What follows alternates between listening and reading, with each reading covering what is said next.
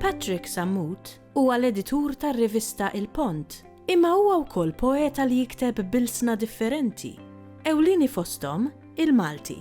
F'din ir-rokna, Patrick jiltaqa' magħna sabiex jaqsam xi riflessjonijiet dwar il-kitba tal-poeżija. Bniedem iħoss dak il-bżonn xi kultant illi jesprimi ruħu.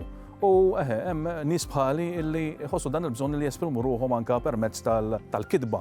U l-kitba fil-każ tiegħi ħadet ukoll il-forma ta' versi ta' poeżija.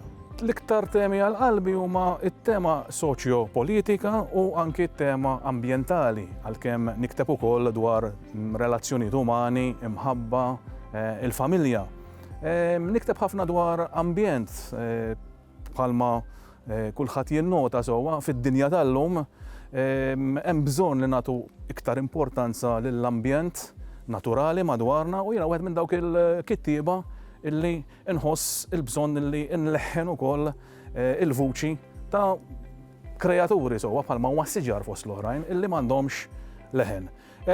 It-tema wkoll politika u soċjali, dik hija xi ħaġa li tolqot bosta nies, hemm min iħobb jaqra l-gazzetta, l-aħbarijiet, hemm min iħobb joħroġ fil-pjazza jgħid il-ħsibijiet tiegħu dwar dawn l-affarijiet. Jiena xi drabi nkun għall-kwiet jiġini ħsieb jew nisma' aħbar u tiġini din l-ispirazzjoni biex nikteb il-kummenti tiegħi forma ta' versi.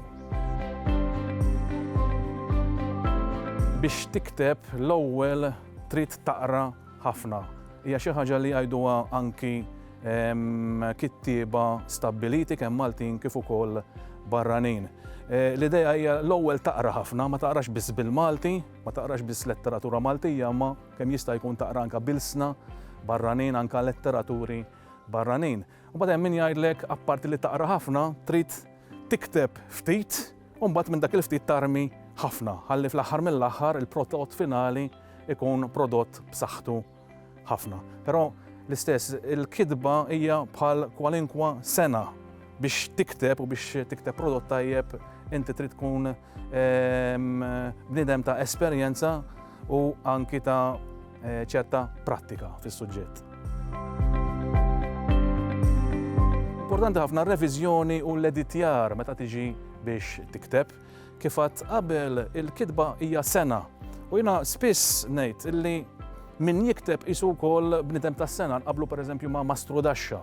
Hemm Mastru Daxxa tajjeb u hemm Mastru Daxxa inqas tajjeb. Hemm Mejda illi kapaċi toħroġ imperfetta, iż-żaqżaq mhix irfinata, kapaċi il-wiċċ ikollu ċerti skalt tobrox idejk miegħu. U l-istess il-kitba sewwa, il-kitba hemm kitba illi min ikun jiktibha mal-ewwel daqqa ta' ħsieb u ma jagħtix kasa, però mbagħad meta jaqra jinduna illi tkun nieqsa ħafna minn irfinar. Il-kittib tajjeb, il-kittib ta' sena, il-kittib ta' esperjenza, din il-ħaġa ma jaċċettaħiex. L-editjar u il-reviżjonar tal-kitba tiegħu ġieli naf min jiena qabel ma joħroġ poeżija jew romanz partikolari jgħid illi ikun qrah 6 darbiet u mbagħad jagħtih lill-pubblikatur biex joħroġ għad-dawl. Din hija poeżija mill-aħħar ġabra ta' poeżija tiegħi jisimha Leħħiet. Il-poeżija ġġib l-isem Fil-bitħa ta' Gaza.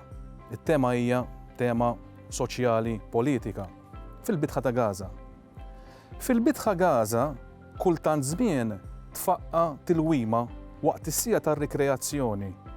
U kulħadd jintefa' jgħajjad jagħtu.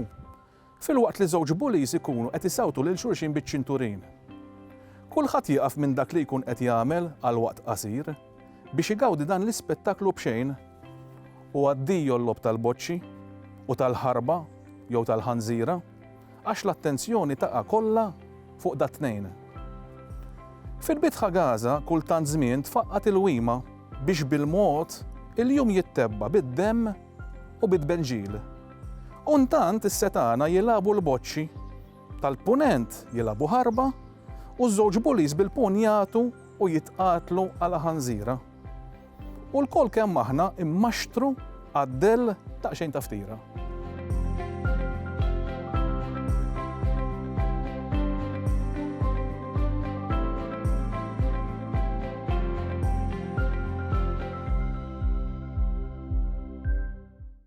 Il-Sinna jixtieq jirringrazzja lill-Aġenzija Nazzjonali tal-Litterizmu, lill-Ministeru għall-Edukazzjoni u x-Xogħol, lill-Kunsill Nazzjonali tal-Ilsien Malti u lid-Dipartiment tal-Malti fil-Fakultà tal-Arti l-Università.